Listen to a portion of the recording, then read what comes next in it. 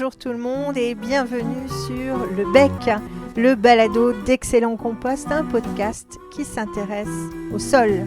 Je suis Laure, écopreneur, guide composteur. Hiver 2024, je suis à l'événement organisé par le réseau Compost Citoyen du Grand Ouest, Pays de la Loire en France Métropole, consacré à la thématique inclusion et lien social.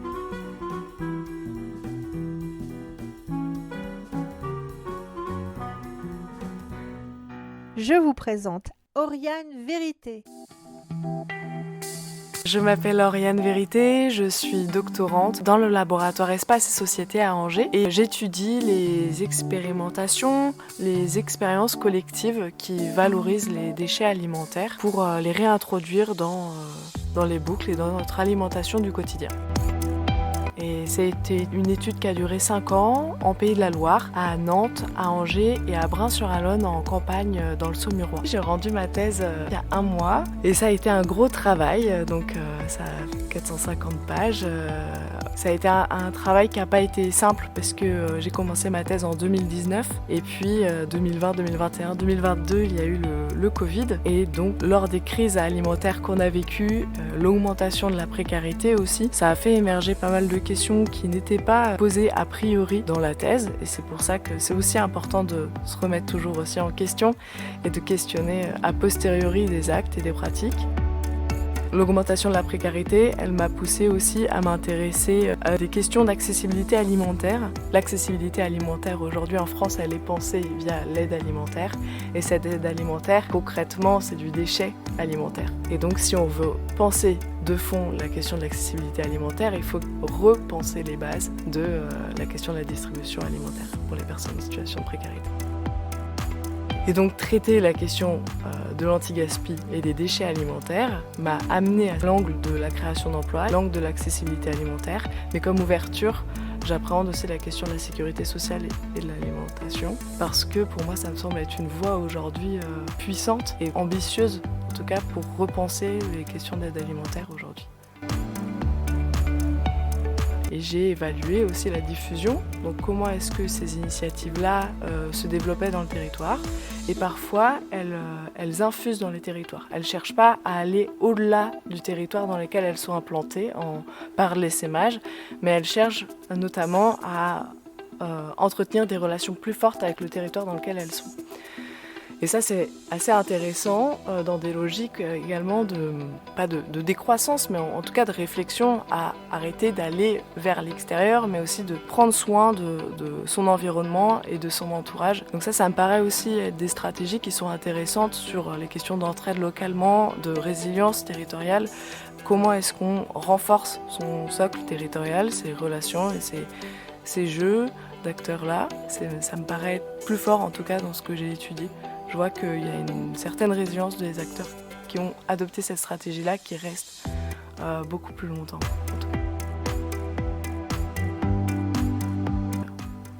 Ce qui m'intéresserait là, c'est de rester sur les questions de déchets demain, d'être actrice.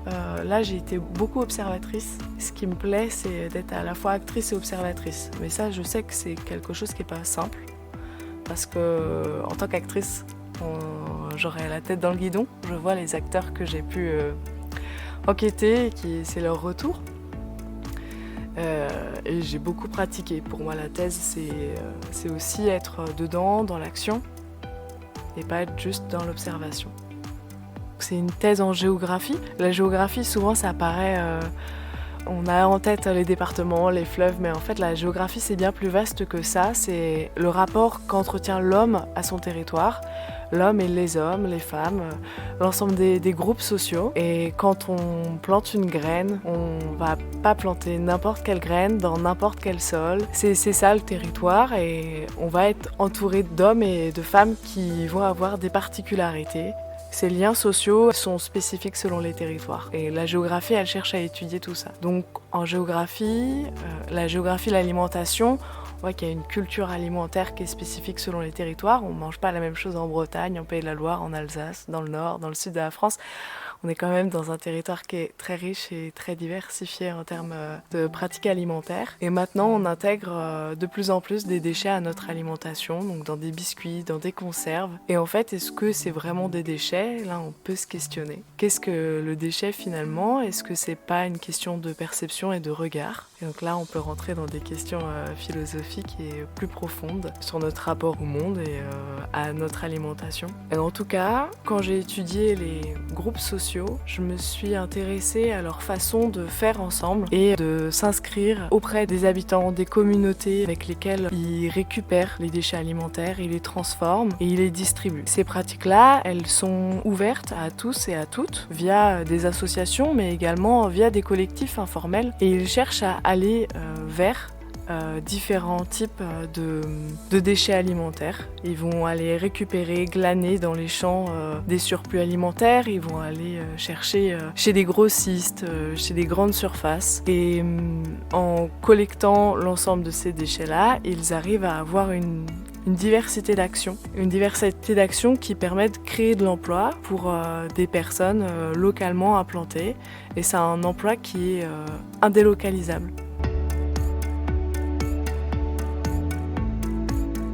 C'est beau de se dire qu'aujourd'hui, à Brain-sur-Alonne, il y a une conserverie qui s'est construite et qu'en Pays de la Loire, l'industrie de la conserverie a pris fin il y a plusieurs dizaines d'années. Et voilà, est-ce qu'on n'est pas dans un renouveau, un développement local qui puise dans des ressources qui sont émises par des déchets ? Ce qui me plaît là-dedans, c'est de me dire que j'étudie un phénomène, non pas que le déchet, on se saisisse du déchet, mais plutôt qu'à un moment donné, on a considéré des ressources comme étant un déchet et qu'on le jette, on l'abandonne.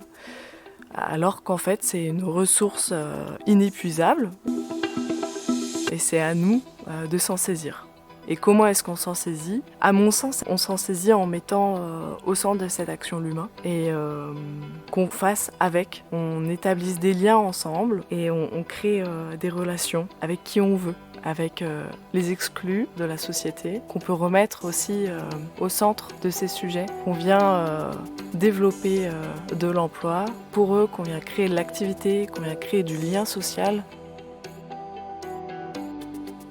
Ouais. En tout cas, pour moi, ce qui ressort de cette discussion-là, de cette table ronde des réseaux compost et citoyens, ça a été de se dire qu'on excluait de façon inconsciente. On n'a pas conscience, quand on a un acte, qu'on peut être excluant. On peut être excluant malgré nous, ne serait-ce que déjà parce qu'on peut parler d'une certaine façon, on s'exprime d'une autre. Et l'exclusion, pour l'éviter, il faut remettre les personnes exclues au cœur de la table et au cœur des discussions pour pouvoir justement s'interroger sur les conditions de son exclusion et pour pouvoir repenser son inclusion au sein des activités. Et c'est en ça qu'il y a un travail d'aller vers les personnes qui ne viennent pas et de retisser des liens là où il n'y en a pas aujourd'hui et pour recréer de l'entraide et de la solidarité. Et c'est en ça que aussi les expériences collectives offrent un cadre qui est beaucoup plus puissant que l'injonction à agir qui est parfois réglementée par des démarches qui viennent d'en haut. Les collectivités et le cadre juridique donnent un cadre qui est parfois trop formel et en ça les expérimentations collectives et citoyennes donnent leur propre cadre, se donnent la force d'agir et plutôt émancipatrice pour pouvoir se saisir des jeux et des relations entre tous. Vous venez d'écouter un épisode du podcast Le Bec, le balado d'Excellent Compost, consacré à un portrait d'Oriane Vérité. Merci. Le Bec est diffusé sur la chaîne YouTube d'Excellent Compost. Plus d'infos sur le site www.excellent-compost.com. Contact par téléphone et WhatsApp au 06 07 88 10 40 et par mail à bonjour@excellent-compost.com.